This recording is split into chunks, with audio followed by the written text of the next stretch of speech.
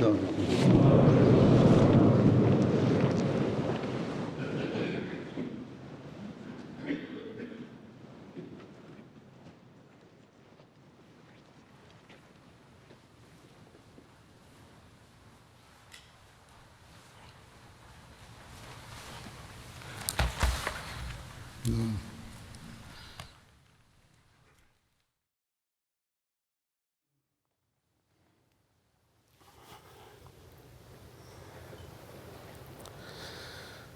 اللہ اکبر، اللہ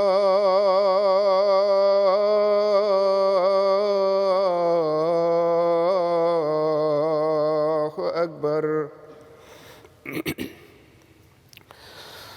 اللہ اکبر،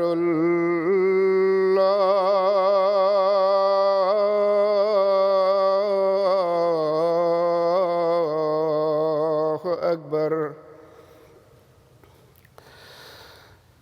اشہد ان لا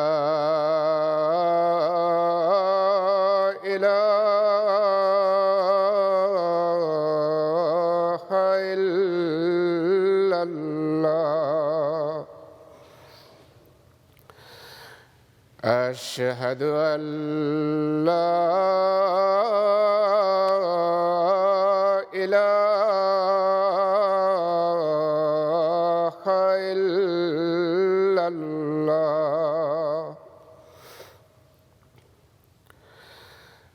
اشہد ان محمدًا رسول اللہ،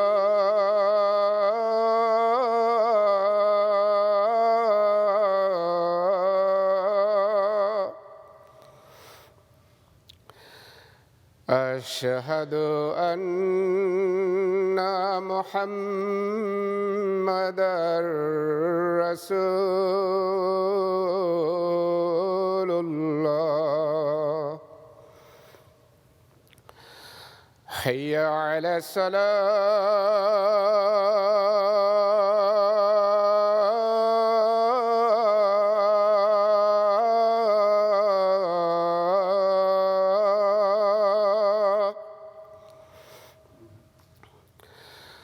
حی علی الصلاۃ،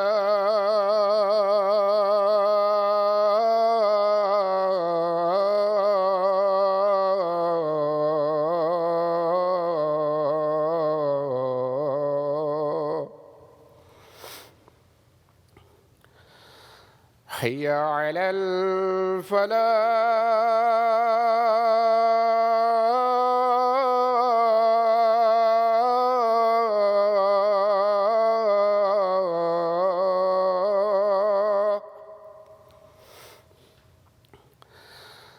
حی علی الفلاح،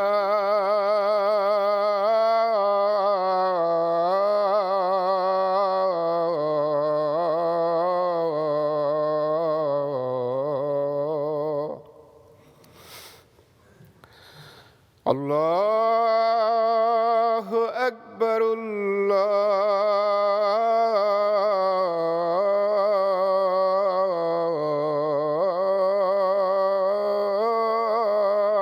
اکبر،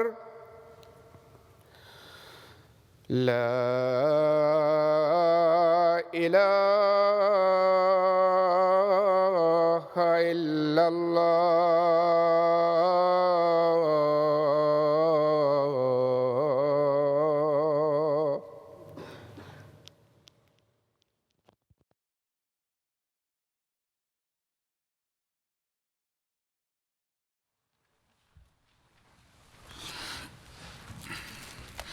السلام علیکم ورحمۃ اللہ۔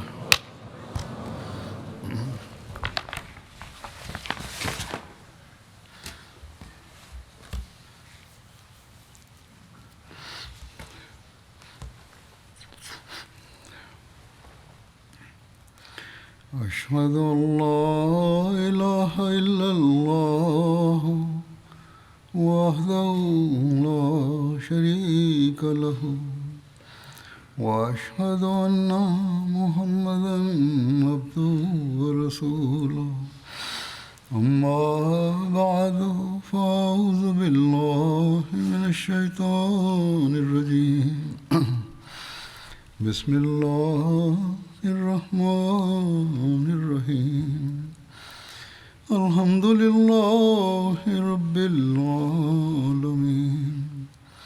الرحمن الرحيم مالك يوم الدين إياك نعبد وإياك نستعين اهدنا الصراط المستقيم صراط الذين أنعمت عليهم غير المغضوب عليهم ولا الضالين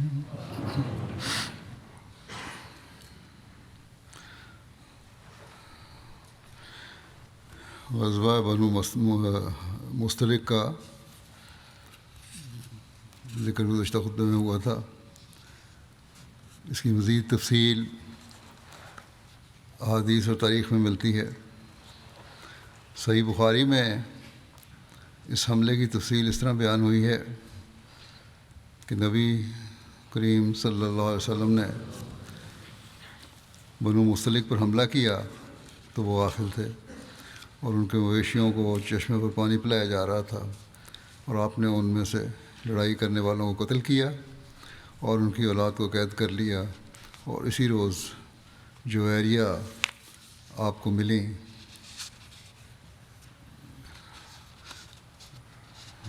راوی نے کہا یہ واقعہ حضرت عبداللہ بن عمر نے مجھے بتایا اور وہ اس لشکر میں تھے. مورخین اور سیرت نگار غزوہ بنو مستلق میں اس حملے کی تفصیلات بیان کرتے ہوئے دونوں روایات کو اس طرح بیان کر جاتے ہیں کہ گویا بخاری کی روایات میں بنو مستلق کے حملہ کی کیفیت کے بیان میں اختلاف ہے، کیونکہ بخاری کی روایت کے مطابق مسلمانوں نے اچانک غفلت کی حالت میں حملہ کیا تھا، اور روایات کا اختلاف بخاری کی شرح کرنے والے علامہ ابن حجر کے سامنے بھی تھا. چنانچہ علامہ ابن حجر نے دونوں طرح کی روایات میں تطبیق کرتے ہوئے لکھا ہے کہ اس بات کا احتمال موجود ہے کہ جب اسلامی لشکر نے چشمے پر اچانک انہیں آ گھیرا تو وہ کچھ دیر ڈٹے رہے، پھر ان کے مابین صف بندی ہوئی، جنگ بھی ہوئی، مسلمان غالب آ گئے اور بنو مستلق شکست کھا گئے. یعنی پہلے جب حملہ ہوا تو غفلت کی حالت میں تھے جیسے امام بخاری نے بیان کیا ہے، لیکن پھر انہوں نے صف بندی وغیرہ کی اور فریقین کے مابین جنگ ہوئی جیسا کہ سیرت نگاروں نے بیان کیا ہے.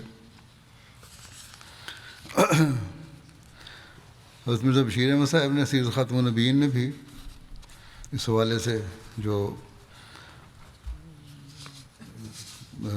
تطبیق کی ہے ان دونوں واقعات کی وہ اس طرح ہے. آپ سیرت نگاروں اور صحیح بخاری کی روایت کا ذکر کرتے ہوئے لکھتے ہیں کہ اسی غزوے کے متعلق صحیح بخاری میں ایک روایت ہے کہ حضرت صلی اللہ علیہ وسلم نے بنو مستلق پر ایسے وقت میں حملہ کیا تھا کہ وہ غفلت کی حالت میں اپنے جانوروں کو پانی پلا رہے تھے. مگر غور سے دیکھا جائے تو یہ روایت مورخین کی روایت کے خلاف نہیں ہے، بلکہ در حقیقت یہ دو روایتیں دو مختلف وقتوں سے تعلق رکھتی ہیں.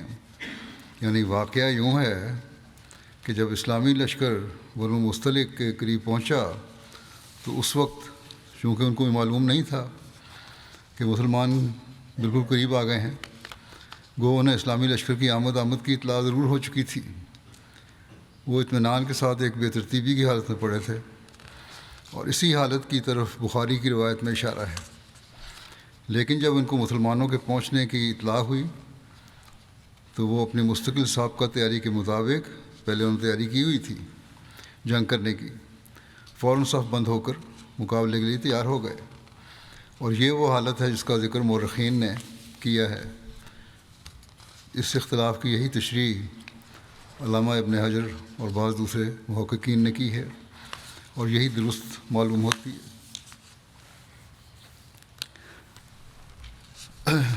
اس غزوے میں ایک صحابی شہید ہوئے تھے، حضرت ہشام بن ثعبہ.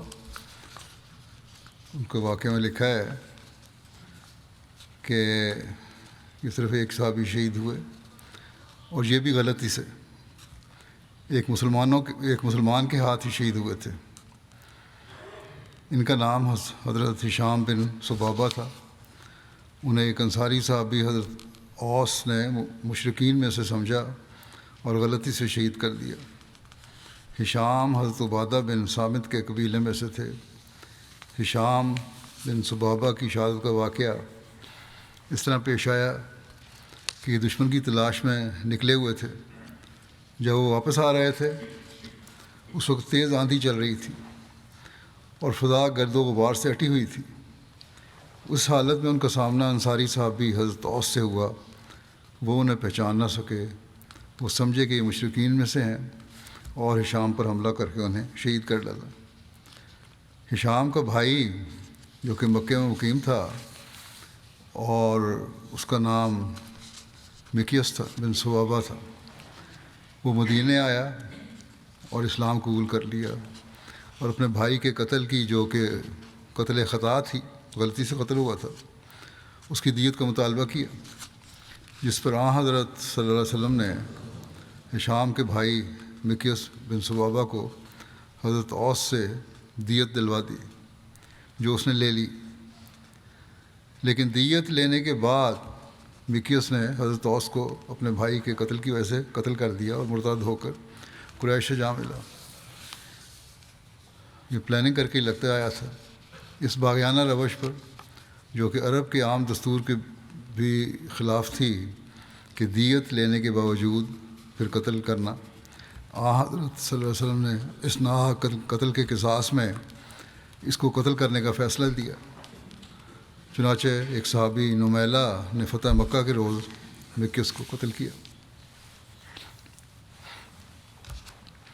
جس جنگ کے دوران فرشتوں کے ذریعے تائید کا بھی ذکر ملتا ہے.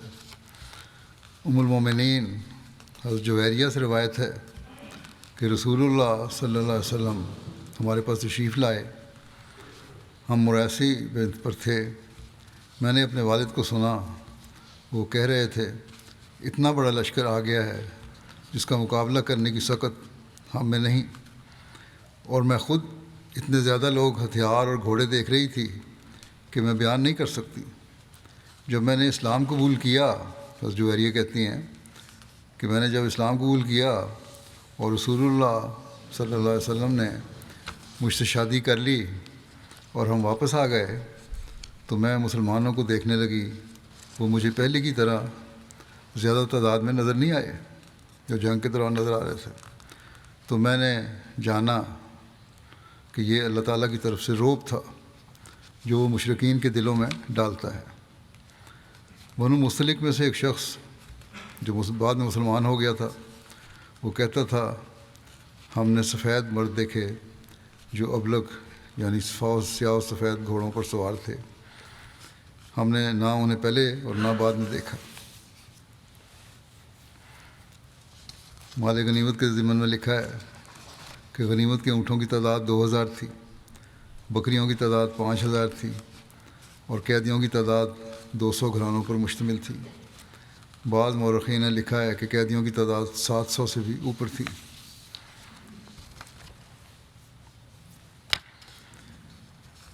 حضرت صلی اللہ علیہ وسلم نے حضرت بریدہ بن حصیب کو ان قیدیوں کا نگران مقرر کیا. ان کے پاس جو مال و متاع اور اسلحہ تھا اسے جمع کر لیا گیا. جانوروں کو ہانک کر لایا گیا. آپ نے ان پر اپنے غلام حضرت شکران کو نگران مقرر کیا. خمس اور مسلمانوں کے حصوں پر حضرت مہمیہ بن جزا کو نگران مقرر کیا. آپ نے سارے مال غنیمت میں سے خمس نکالا. خمس جو ہے اللہ تعالیٰ کے حکم کے مطابق مال غنیمت میں سے وہ 5واں حصہ ہے جو اللہ اور اس کے رسول صلی اللہ علیہ وسلم اور رسول کے قریبی رشتہ داروں اور مشترک اسلامی ضروریات کے لیے الگ کیا جاتا ہے. قیدیوں کو لوگوں میں تقسیم کر دیا گیا اور سامان، جانوروں اور بھیڑ بکریوں کو بھی تقسیم کر دیا گیا. حضرت جویریہ کہ حضرت صلی اللہ علیہ وسلم کے عقد میں آنے کا بھی واقعہ لکھا ہے، جیسا کہ پہلے انہوں نے بیان کیا۔ قبیلہ بنو مستلق کے جو قیدی گرفتار ہوئے تھے، ان میں اس قبیلے کے سردار حارث بن ابی ذرار کی بیٹی برہ بھی تھیں، جن کا نام حضرت صلی اللہ علیہ وسلم نے تبدیل کر کے جویریہ رکھ دیا تھا، جو مصافح بن صفوان کے عقد میں تھی، جو غزوہ مریسی میں مارا گیا تھا۔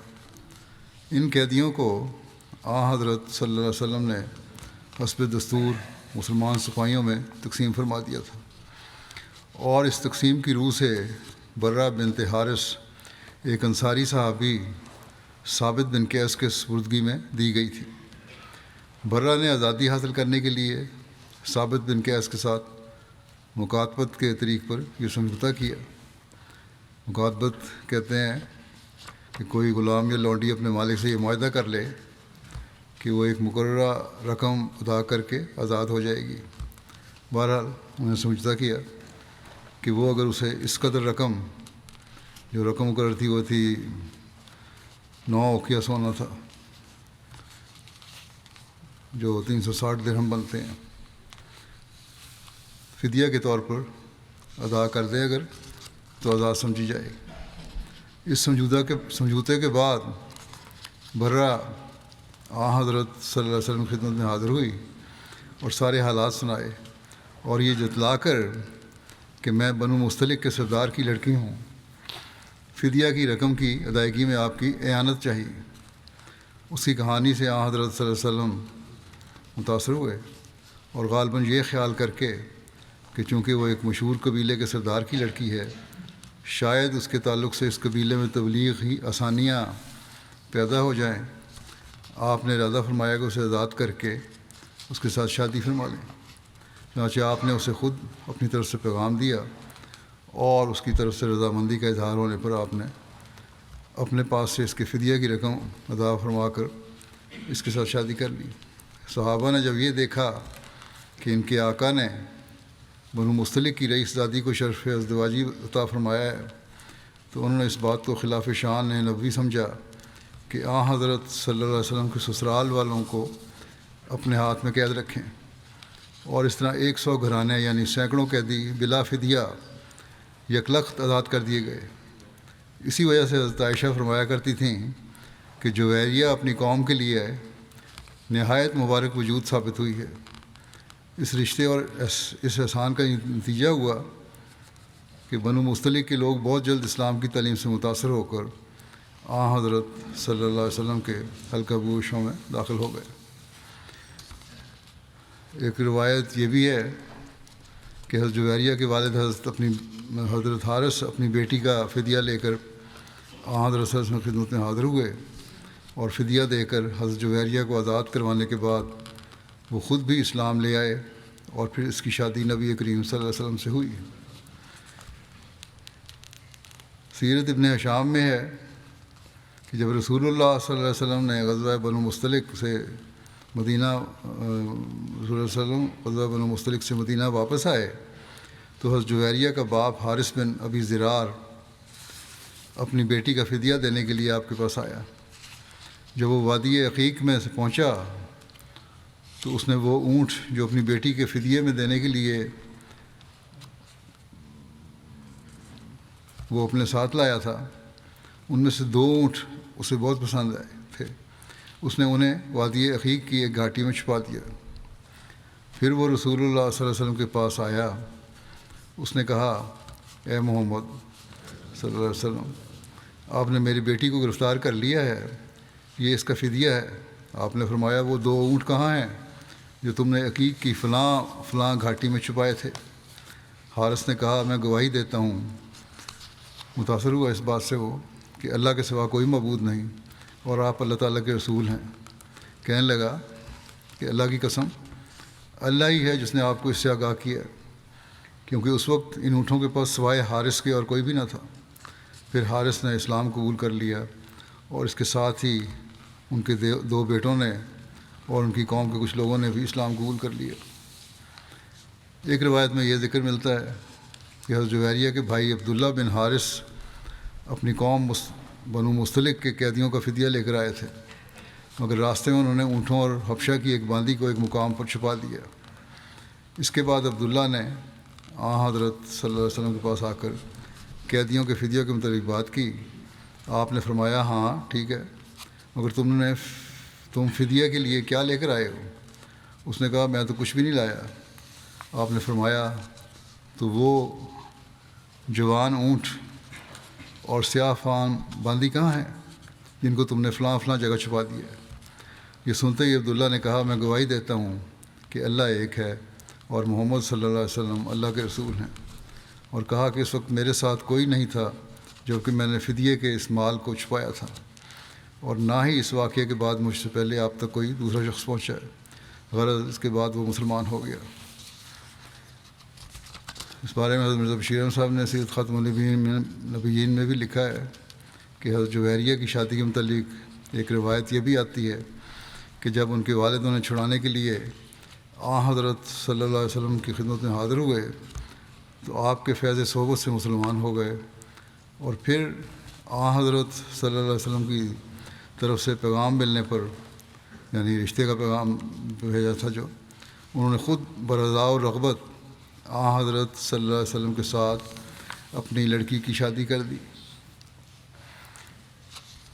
حضرت جویریہ بیان کرتی ہیں کہ حضور اکرم صلی اللہ علیہ وسلم کی تشریف آوری سے 3 روز پہلے میں نے خواب میں دیکھا، یعنی جب وہ وہاں گئے تھے بنو مستلق کی طرف، کہتی ہیں میں نے خواب میں دیکھا کہ چاند یثرب سے چلا ہے اور میری آغوش میں آ گرا ہے۔ میں نے ناپسند کیا کہ کسی کو اپنا خواب بیان کروں، یہاں تک کہ رسول اللہ صلی اللہ علیہ وسلم تشریف لائے۔ جب ہمیں قیدی بنا لیا گیا تو مجھے اس خواب کے پورا ہونے کی امید ہوئی۔ جب آپ صلی اللہ علیہ وسلم نے مجھے آزاد کیا اور مجھ سے نکاح کر لیا تو بخدا میں نے آپ سے اپنی قوم کے بارے میں بات نہ کی تھی، میں نے کوئی سفارش نہیں کی قوم کی رہائی کے بارے میں، حتیٰ کہ مسلمانوں نے خود ہی انہیں آزاد کر دیا۔ مجھے علم نہ ہوا، یہاں تک کہ میری ایک پھوپھوزاد بہن نے مجھے بتایا کہ میں نے اللہ تعالیٰ کی تعریف بیان کی۔ اس نے مجھے یہ بتایا، اس پر میں نے اللہ تعالیٰ کی تعریف بیان کی۔ ابن ہشام نے لکھا ہے کہ حضرت صلی اللہ علیہ وسلم نے حضرت جویریہ کا حق مہر 400 درہم مقرر کیا۔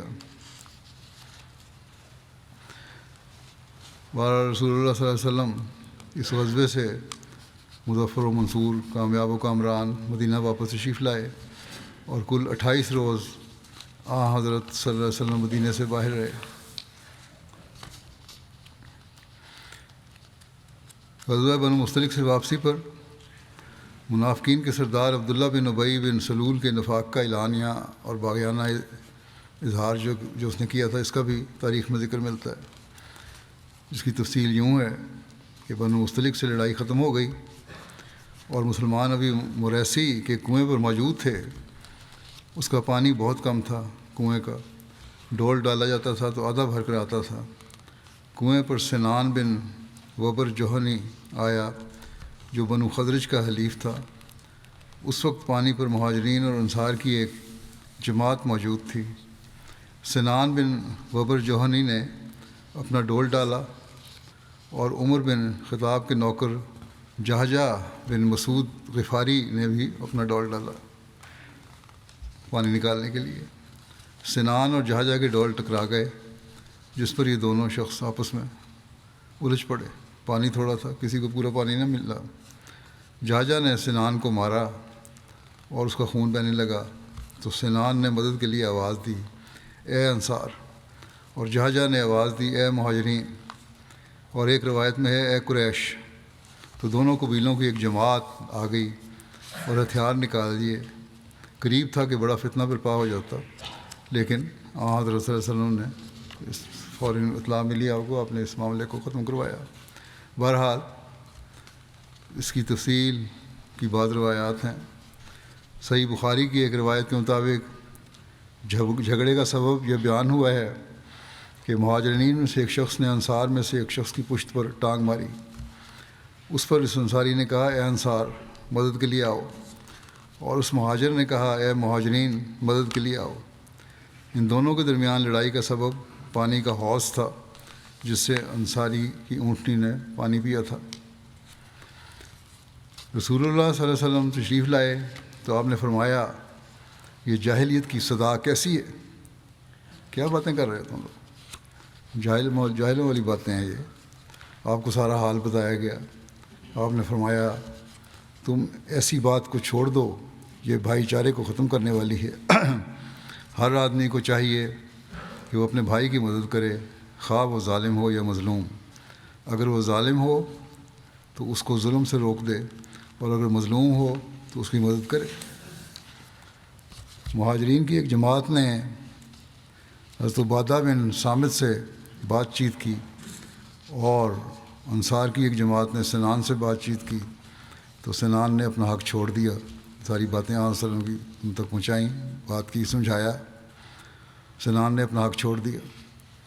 عبداللہ بن ابی اپنے 10 منافق ساتھیوں کے ساتھ بیٹھا ہوا تھا۔ وہاں حضرت زید بن ارقم بھی تھے، لیکن وہ بھی کم عمر تھے، یا بعض روایت کے مطابق ابھی بالغ نہیں ہوئے تھے، جبکہ بعض روایت کے مطابق وہ بالغ تھے۔ عبداللہ بن ابی کو جہجہ کی یہ صدا سنائی دی کہ اے قریش کے لوگوں، اسے شدید غصہ آیا۔ اس نے کہا بخدا میں نے آج جیسا دن کبھی نہیں دیکھا۔ کہنے لگا بخدا مجھے تو حضرت صلی اللہ علیہ وسلم کے مدینہ آنے کے وقت سے ہی یہ دین سخت ناپسند تھا، لیکن میری قوم نے مجھ پر غلبہ پا لیا اور انہوں نے اسلام قبول کر لیا۔ قریش کے لوگ ہم پر حاکم ہو گئے، اور ہمارے شہر میں ان کی کثرت ہو گئی، اور ہمارے احسانات کی ناقدری کی۔ یہ قریش کے افراد ایسے ہیں کہ جس طرح کہا جاتا ہے، بڑی گندی مثال دی اس نے، کہ اپنے کتے کو موٹا کرو تاکہ وہ تمہیں کھا جائے۔ کہنے لگا میرا تو گمان تھا کہ میں اس طرح کی پکار کی صدا آنے سے قبل مر گیا ہوتا، جیسی صدا جہجہ نے دی تھی۔ میں یہاں موجود ہوں، مجھ سے تو یہ سب کچھ برداشت نہیں ہو سکتا۔ اللہ کی قسم اگر ہم مدینہ پہنچ گئے تو سب سے زیادہ عزت والا شخص سب سے زیادہ ذلیل آدمی کو وہاں سے باہر نکال دے گا۔ پھر اس نے اپنی قوم کے موجودہ لوگوں کی طرف متوجہ ہوتے ہوئے کہا یہ تم لوگوں نے خود ہی اپنی جانوں پر ظلم کیا ہے۔ تم نے انہیں اپنے شہر میں ٹھہرایا اور وہ وہیں ٹھہر گئے۔ تم نے اپنے اموال میں سے ان کے حصے مقرر کیے یہاں تک کہ وہ مالدار ہو گئے۔ بخدا اب بھی تم اپنے ہاتھ روک لو تو وہ تمہارا شہر چھوڑ کر کسی اور شہر چلے جائیں گے۔ وہ لوگ پھر بھی اس پر راضی نہ ہوئے جو تم لوگوں نے ان کے لیے کیا تھا۔ بڑا بھڑکانے کی کوشش کی کہ مہاجرین تو اس پہ راضی نہیں ہوئے جو تم نے احسان کیا ان پہ، یہاں تک کہ تم نے اپنی جانوں کو موت کا نشانہ بنایا۔ تم لوگ اس یعنی محمد صلی اللہ علیہ وسلم کی خاطر قتل ہوئے، اور تم لوگوں نے اپنی اولادوں کو یتیم کیا۔ اس کے نتیجے میں تم تھوڑے ہو گئے اور وہ لوگ بڑھ گئے۔ حضرت زید بن ارقم نے جب عبداللہ بن ابی کی یہ بات سنی کہ اگر ہم مدینہ پہنچ گئے تو سب سے زیادہ عزت والا شخص سب سے زیادہ ذلیل شخص کو اس سے باہر نکال دے گا، تو انہوں نے کہا کہ اللہ کی قسم، وہیں کھڑے ہو کے اسے کہا تو ہی اپنی قوم میں ذلیل ہے، تو ہی کمتر ہے، اور محمد صلی اللہ علیہ وسلم رحمان خدا کی طرف سے غلبہ اور شان رکھنے والے ہیں، اور مسلمانوں کی طرف سے طاقت رکھنے والے ہیں۔ غیرت دکھائی انہوں نے۔ اس پر ابن ابی نے اسے کہا تو خاموش ہو جا، میں تو صرف ہنسی مذاق اور کھیل تماشے کی باتیں کر رہا تھا۔ خوف بھی آیا، اس کو ڈر گیا۔ زید بن ارقم یہ ساری باتیں سن کر رسول اللہ صلی اللہ علیہ وسلم کی خدمت میں پہنچ گئے، اور اس وقت آپ کے پاس مہاجرین اور انصار صحابہ کی ایک جماعت بھی موجود تھی۔ زید نے آپ کو ابن ابی کی ساری بات بتا دی۔ بخاری کی ایک روایت میں ہے کہ زید بن ارقم نے اپنے چچا سے اس واقعے کا ذکر کیا، اور چچا نے نبی صلی اللہ علیہ وسلم کو یہ بات بتائی، تو رسول اللہ صلی اللہ علیہ وسلم نے فوراً زید کو طلب کیا۔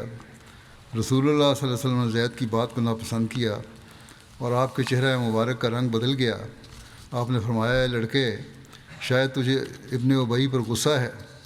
زید نے کہا نہیں یا رسول اللہ صلی اللہ علیہ وسلم، اللہ کی قسم میں نے یہ بات اس سے سنی ہے۔ آپ نے فرمایا شاید تمہارے سننے میں غلطی ہو گئی ہو۔ زید نے کہا اللہ کی قسم یا رسول اللہ ایسا نہیں ہے۔ آپ نے فرمایا شاید تم پر معاملہ مشتبہ ہو گیا ہو۔ زید نے کہا یا رسول اللہ، اللہ کی قسم ایسا نہیں ہے۔ لشکر میں ابن ابی کی بات پھیل گئی اور لوگوں کو موضوع بحث یہی بات تھی، اور انصار کے لوگ زید کو ملامت اور تنبیہ کرنے لگے اور کہنے لگے کہ تو نے اپنی قوم کے سردار پر یہ الزام لگایا ہے، تو اس کے خلاف ایسی بات کہتا ہے جو اس نے نہیں کہی۔ زید کے چچا نے بھی خفگی کا اظہار کیا۔ انہوں نے کہا تمہیں کیا سوجی؟ نبی صلی اللہ علیہ وسلم نے تمہیں جھوٹا قرار دیا اور تم سے ناراض ہو گئے۔ زید نے کہا اللہ کی قسم، جو اس نے کہا میں نے خود سنا ہے۔ اللہ کی قسم، خزرج میں عبداللہ بن ابی سے زیادہ مجھے کوئی شخص محبوب نہیں تھا۔ اگر میں یہ بات اپنے باپ سے بھی سنتا تو وہ رسول اللہ صلی اللہ علیہ وسلم کو ضرور بتاتا، اگر ایسی بات جو اس نے کہی تھی عبداللہ بن ابی نے۔ مجھے تو کوئی پرواہ نہیں تھی، بڑا ایمان پختہ تھا ان کا۔ کہتا ہے اگر میرا باپ بھی کہتا تو میں یہ بات ضرور بتاتا ہوں وسلم کو، اور مجھے امید ہے کہ اللہ تعالیٰ اپنے نبی صلی اللہ علیہ وسلم پر وہی نازل کرے گا جو میری بات کی تصدیق کرے گی۔ زید اس صورتحال سے سخت مغموم ہوئے۔ وہ خود بیان کرتے ہیں کہ مجھے اس سے ایسا غم پہنچا کہ ایسا غم مجھے کبھی نہیں پہنچا تھا۔ میں اپنے گھر بیٹھا رہا، یہاں گھر سے مراد ان کی بیرونی قیام گاہ جہاں کیمپ لگایا ہوا تھا انہوں نے، مدینے والا گھر نہیں تھا، کیونکہ یہ سارا واقعہ ہی مدینے سے باہر کا ہے۔ زید نے لوگوں سے بچنے کے لیے ان کے سامنے آنا چھوڑ دیا۔ انہیں ڈر تھا کہ لوگ انہیں دیکھ کر کہیں کہ تم نے جھوٹ بولا ہے۔ دوسری طرف مجلس میں موجود انصار نے جب رسول اللہ صلی اللہ علیہ وسلم کا ارشاد اور زید کو دیا گیا جواب سنا تو ان میں سے چند لوگ وہاں سے اٹھے اور عبداللہ بن ابی کے پاس آ کر اس کو خبر دی، اور اوس بن خولی نے کہا اے ابو حباب، یہ اس کی کنیت تھی، کہ اگر تو نے یہ بات کہی تھی تو نبی کریم صلی اللہ علیہ وسلم کو بتا دے تاکہ وہ تیرے لیے استغفار کریں اور تو اس کا انکار نہ کر، کہیں تیرے بارے میں کوئی وحی نازل ہو کر تیری تکذیب نہ کر دے۔ اور اگر تو نے یہ بات نہیں کہی تھی تو رسول اللہ صلی اللہ علیہ وسلم کے پاس آ اور ان کو عذر بیان کر، اور قسم کھا کہ تو نے یہ نہیں کہا تھا۔ تو اس نے اللہ کی قسم کھائی کہ اس نے کچھ نہیں کہا تھا۔ پھر ابن ابی رسول اللہ صلی اللہ علیہ وسلم کے پاس گیا۔ اس کو رسول اللہ صلی اللہ علیہ وسلم نے فرمایا اے ابن ابی، اگر یہ بات تو نے کہی تھی تو توبہ کر لے۔ تو وہ قسمیں کھانے لگا کہ زید نے جو کچھ کہا میں نے وہ نہیں کہا تھا۔ ایک دوسری روایت میں ہے کہ جب عبداللہ بن ابی کو خبر ہوئی تو وہ خود رسول اللہ صلی اللہ علیہ وسلم کی خدمت میں آیا اور اس نے اللہ کی قسم کھائی اور کہا کہ زید نے جو بات آپ کو بتائی ہے وہ میں نے نہیں کہی۔ اور ایک تیسری روایت یہ بھی ملتی ہے کہ آپ صلی اللہ علیہ وسلم نے خود عبداللہ بن ابی اور اس کے ساتھیوں کو بلا بھیجا تو انہوں نے قسم کھائی کہ انہوں نے ایسا کچھ نہیں کہا۔ اس پر حاضرین میں سے انصار صحابہ کرام نے کہا امید ہے بچے کو بات میں وہم پیدا ہو گیا ہو اور وہ بات یاد نہ رہی ہو جو ابن ابی نے کہی تھی۔ یہ بات انہوں نے ابن ابی کے دفاع میں کہی کیونکہ وہ اپنی قوم میں معزز اور مرتبے والا تھا۔ کچھ لوگوں نے گمان کیا کہ زید سچ کہہ رہا ہے اور کچھ نے اس کے بارے میں بدگمانی کی۔ کچھ نے تو یقین کر لیا کہ زید چاہے چھوٹی عمر کے ہیں لیکن سچ بات ہی کہہ رہے ہیں۔ بہرحال اکثر جو تھے بڑے وہ اس کو غلط سمجھتے تھے۔ حضرت عمر بن خطاب بیان کرتے ہیں کہ جب ابن ابی کا واقعہ ہوا تو میں رسول اللہ صلی اللہ علیہ وسلم کی خدمت میں حاضر ہوا۔ آپ صلی اللہ علیہ وسلم درخت کے سائے میں تشریف فرما تھے اور آپ کے پاس ایک سیاہ فام غلام آپ کی پیٹھ دبا رہا تھا۔ میں نے عرض کیا یا رسول اللہ صلی اللہ علیہ وسلم، شاید آپ کی کمر میں درد ہے۔ آپ نے فرمایا کہ گزشتہ رات مجھے اونٹنی نے گرا دیا تھا۔ میں نے عرض کیا یا رسول اللہ صلی اللہ علیہ وسلم۔ ان باتوں کے بعد پھر میں نے اصل بات کی طرف میں آیا۔ کہتے ہیں میں نے کہا یا رسول اللہ، مجھے اجازت دیں کہ میں ابن ابی کی گردن مار دوں، اسے قتل کر دوں۔ رسول اللہ صلی اللہ علیہ وسلم نے فرمایا اگر میں صحابہ کو اس کے قتل کا حکم دوں تو وہ اس کو قتل کر دیں گے تو مدینہ میں بہت سے لوگوں کو یہ ناگوار گزرے گا۔ میں نے عرض کیا یا رسول اللہ صلی اللہ علیہ وسلم، آپ محمد بن مسلمہ کو حکم دیں کہ وہ اس کو قتل کر دے۔ آپ نے فرمایا لوگ یہ باتیں نہ کرتے پھریں کہ میں اپنے ساتھیوں کو قتل کر رہا ہوں۔ میں نے عرض کیا پھر آپ لوگوں کو روانگی کا حکم دیں۔ آپ نے فرمایا ٹھیک ہے۔ ایک روایت میں ذکر ہے کہ آپ نے خود حضرت عمر سے فرمایا کہ کوچ کرنے کا اعلان کرو. یہ دن کا وہ وقت تھا جب رسول اللہ صلی اللہ علیہ وسلم عموماً سفر نہیں کیا کرتے تھے. صلی اللہ علیہ وسلم کو بھی یہ خیال تھا کہ اس نے بات ضرور کی ہے، اور اسی کو پورا کرنے کے لیے انہوں نے کہا اچھا پھر یہ کہتا ہے کہ ذلیل آدمی کو نکال دے گا تو چلو سفر کرتے ہیں، واپس جاتے ہیں مدینہ، دیکھتے ہیں کیا کرتا ہے. بہرحال حضرت عمر بیان کرتے ہیں کہ میں نے لوگوں میں روانگی کا اعلان کیا. اس وقت شدید گرمی تھی اور آپ کی عادت یہ تھی کہ ٹھنڈے وقت سفر کرتے تھے، لیکن جب ابن ابی کی خبر آئی تو اس وقت کوچ کیا، اور سب سے پہلے آپ کو سعد بن عبادہ ملے، اور بعض نے کہا کہ اسید بن حذیر ملے. انہوں نے کہا السلام علیکم علیکہ ایھا النبی و رحمۃ اللہ وبرکاتہ. تو نبی کریم صلی اللہ علیہ وسلم نے فرمایا وعلیکم السلام ورحمۃ اللہ وبرکاتہ. انہوں نے عرض کیا یا رسول اللہ صلی اللہ علیہ وسلم، آپ نے اس وقت میں روانگی اختیار کی ہے جس میں آپ کی عادت روانگی کی نہیں ہے اس گرمی میں.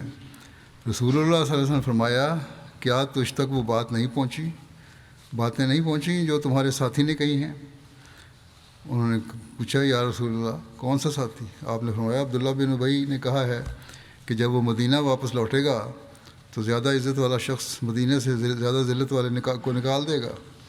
انہوں نے عرض کیا یا رسول اللہ اگر آپ چاہیں تو اس کو مدینہ سے نکال دیں، کیونکہ وہ ذلیل ترین اور آپ بہت عزت والے ہیں، اور عزت اللہ کے لیے اور آپ کے لیے اور مومنین کے لیے ہے. پھر عرض کیا یا رسول اللہ صلی اللہ علیہ وسلم اس پر نرمی کریں. اللہ کی قسم اللہ تعالیٰ آپ کو مدینہ میں لایا اور اس کی قوم اس کے لیے تاج پوشی کی تیاری کر رہی تھی. اللہ تعالیٰ آپ کو مدینہ لے آیا تو اس کا خیال ہے کہ آپ نے اس کی بادشاہت چھین لی.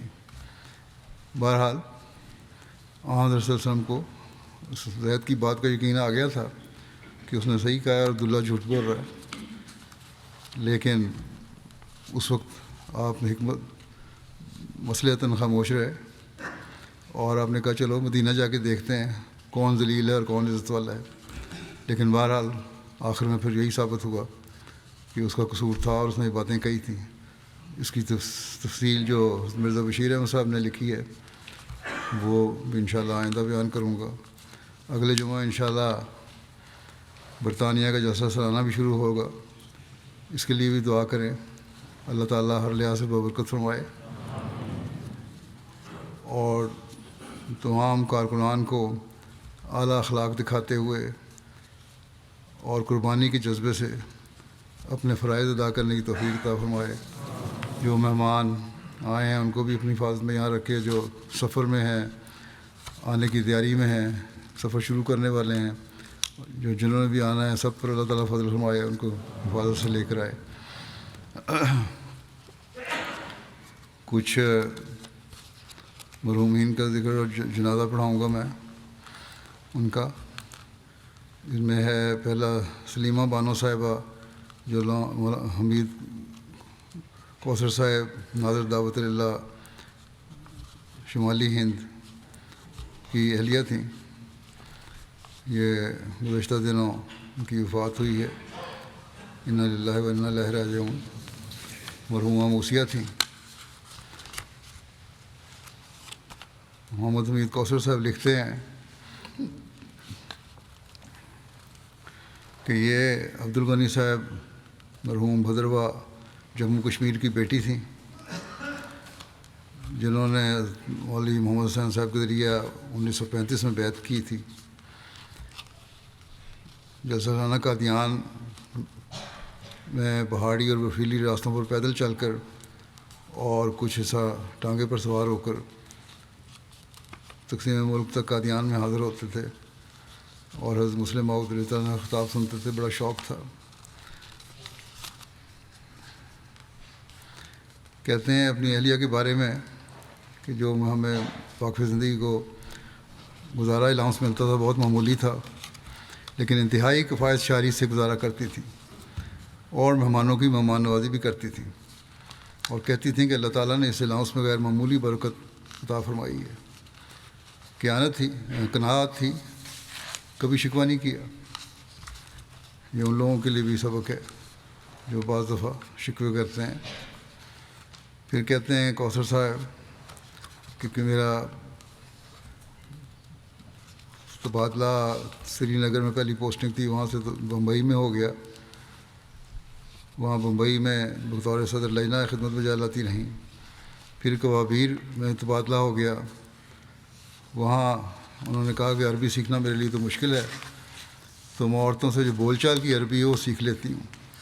اور پھر وہ سیکھی اور بڑی جلدی سیکھی اور ان کی تعلیم و تربیت میں بڑا اہم کردار ادا کیا. 86 سے 97 تک 11 سال صدر لجنہ معاملہ کوابیر کے طور پر خدمت بجا لاتی رہیں. لجنہ معاملہ کو اثر نو منظم کیا، اجتماع کے انعقاد کا سلسلہ شروع کروایا. خلیل مسیح رابع نے بھی ان کی تعریف کی تھی کہ لجنہ معاملہ جماعت کوابیر کا اجتماع ہو رہا ہے. اجتماع کا ہو رہا تھا ان کے، اس سے میں نے بتایا اور بتایا کہ ان کا 5واں اجتماع ہے.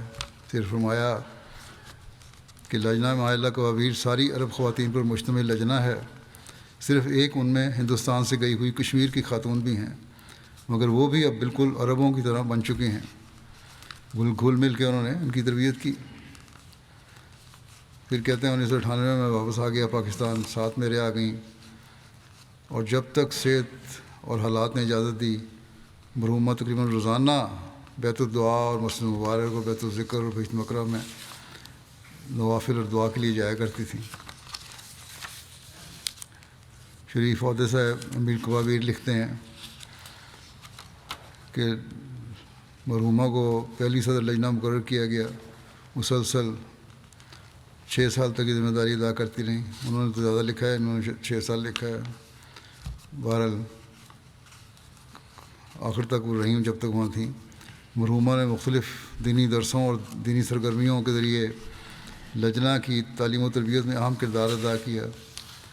مرحومہ اپنے حسن سلوک اور خوش اخلاقی کے ذریعے جماعت کوابیر کے ساتھ اچھے تعلقات بنانے میں کامیاب ہوئیں.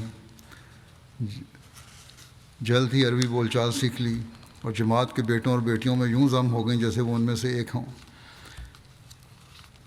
اور کہتے ہیں پچھلے 20 سالوں میں قادیان واپسی کے بعد سے وفات تک کوابیر کی خواتین کے ساتھ پھر بھی تعلق رکھا انہوں نے. اور مہمانوں کی جب وہاں تھیں تو مسلم مہمانوں کی دیکھ بھال کیا کرتی تھیں. مہمان نوازی کا خاص وصف تھا. اسی طرح جماعتی سینٹر کی صفائی کی طرف بھی وہ توجہ دیتی تھیں. عثمان خان میں ایک بیٹی اور 2 بیٹے شامل ہیں. ایک بیٹے ان کے مربی ہیں طاہر مجید مبشر کوثر، MT الوریہ قادیان میں خدمت بجا لا رہے ہیں. بیٹی ان کی بشرا کوثر صاحب ہالینڈ میں ہیں، ڈاکٹر ایمن عہدے کی اہلیہ ہیں. نیشنل لجنہ معاملہ ہالینڈ میں نیشنل سیکرٹری خدمت خلق کے طور پر خدمت کر رہی ہیں. چھوٹے بیٹے شریف کوثر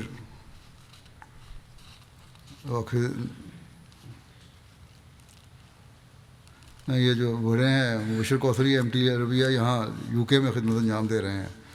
اور شریف کوثر جو ہیں یہ قادیان میں نائب صدر مجلس خدام احمدیہ بھی ہیں، مربی بھی ہیں. اور اس کے علاوہ ایڈیشنل انچارج شعبہ سمی بصری بھی ہیں. اللہ تعالیٰ ان سے مغفرت الرحم کو سلوک فرمائے اور ان کی نیکیاں جاری رکھیں ان کی اولاد میں. دوسرا ذکر ہے نور الحق مظہر صاحب کا، لاہور کے تھے، جو راغب ضیاء الحق صاحب ربی سلسلہ تنزانیہ کے والد تھے. گزشتہ دنوں میں ان کی وفات ہوئی ہے. انا للہ و انا الیہ راجعون. اللہ تعالیٰ کے فضل سے موسی تھے. راغب ضیاء الحق صاحب لکھتے ہیں ان کے خاندان میں احمدیت ان کے دادا منشی محمد الدین صاحب کے ذریعے سے آئی تھی، جنہوں نے 1905 میں اپنے چچا کے ہمراہ بیعت تو ان کی بات کی ہے، لیکن 1905 میں بیعت کا شوق لیے قادیان پہنچے. حضرت مسیح علیہ السلام کے پیچھے نماز پڑھنے کا بھی شرف حاصل ہوا. بیعت کی درخواست کی لیکن اعلان کیا گیا کہ حضرت اقدس کی طبیعت ناساز ہے، بیعت نہیں ہوگی. اس دن بیعت نہیں ہوئی، واپس آ گئے، پھر اس مسیح اول کے ہاتھ پہ بیعت کی۔ 1974 میں ایک کرائے کے مکان میں رہتے تھے، مخالفین نے اس مکان کو آگ لگا دی، گھر کا سارا سامان جل گیا، کوئی پناہ نہیں دیتا تھا۔ پھر ایک احمدی نے اپنے گھر میں پناہ دی، اور کہتے ہیں میرے والد نے بڑے صبر اور شکر سے اس چھوٹے سے گھر میں گزارا کیا، کبھی ان کی زبان پہ کوئی شکوہ نہیں آیا، اور یہ نہیں کہا کہ سب کچھ جل گیا۔ اس کے مقابلے پر اللہ تعالیٰ نے کچھ عرصے بعد ان کو اپنا مکان بنانے کی توفیق دی، اور یہ یہی کہا کرتے تھے کہ 1974 کی قربانی کا صلہ ہے جو اللہ تعالیٰ نے دیا ہے۔ 1974 میں مسجد مغل پورہ کی حفاظت کر رہے تھے تو غیر احمدی احباب نے مسجد پہ حملہ کر دیا۔ انہوں نے ایک لوہے کی سلاخ آپ کے سر پہ ماری، جس کا یہ نشان پر زخمی ہوئے، اور ساری عمر بھی نشان رہا ان کے سر پہ۔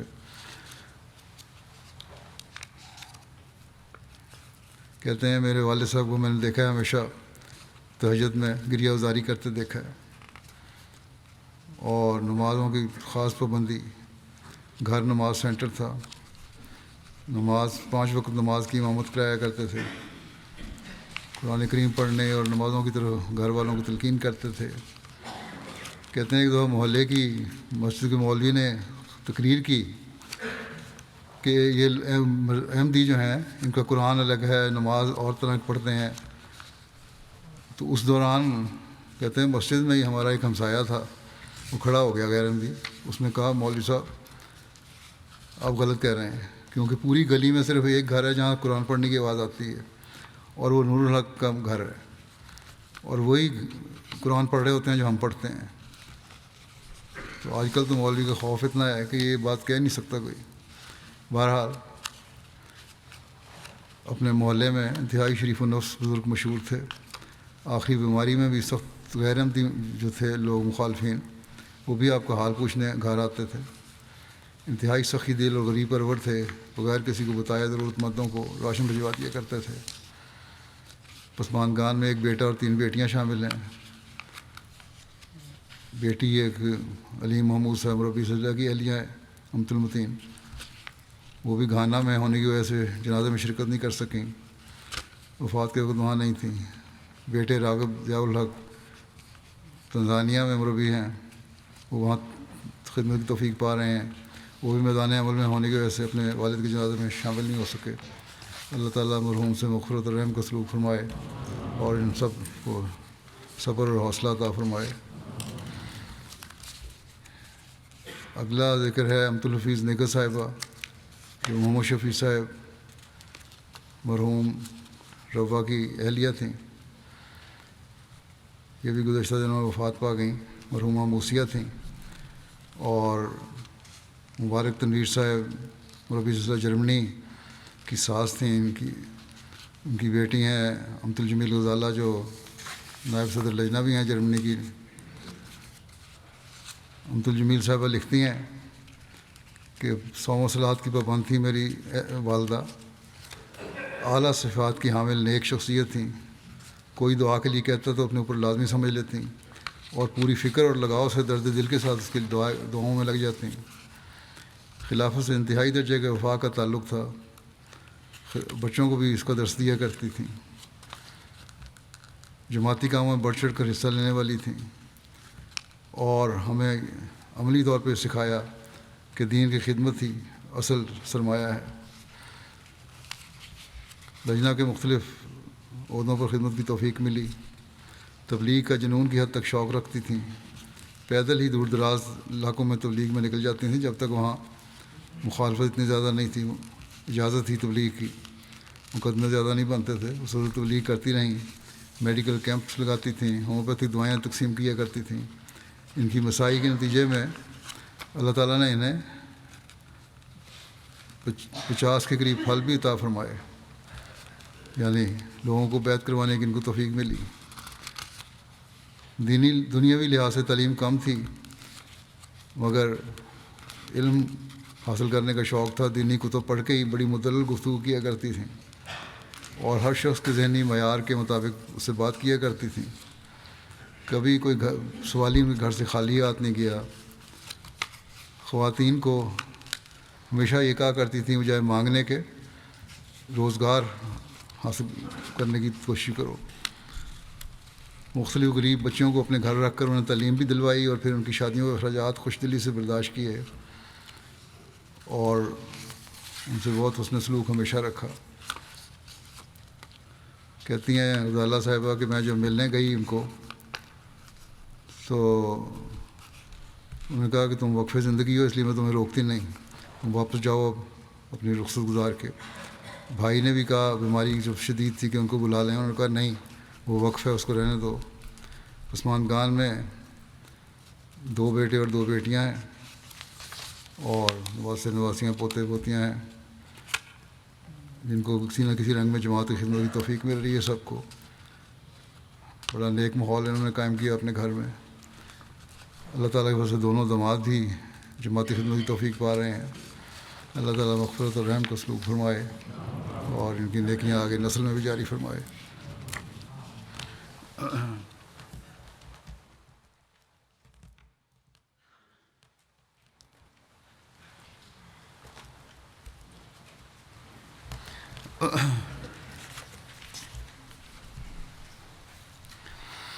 الحمد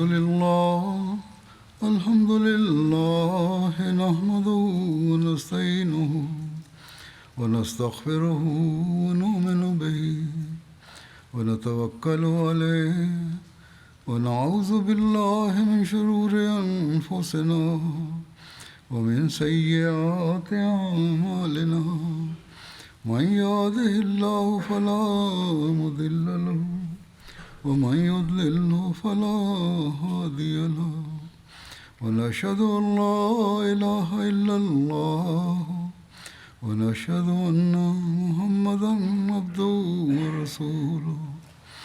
عباد الله رحمكم الله إن الله يأمر بالعدل والإحسان وإيتاء ذي القربى وينهى عن الفحشاء والمنكر والبغي يعظكم لعلكم تذكرون. اذكروا الله يذكركم وادعوه يستجب لكم ولذكر الله أكبر.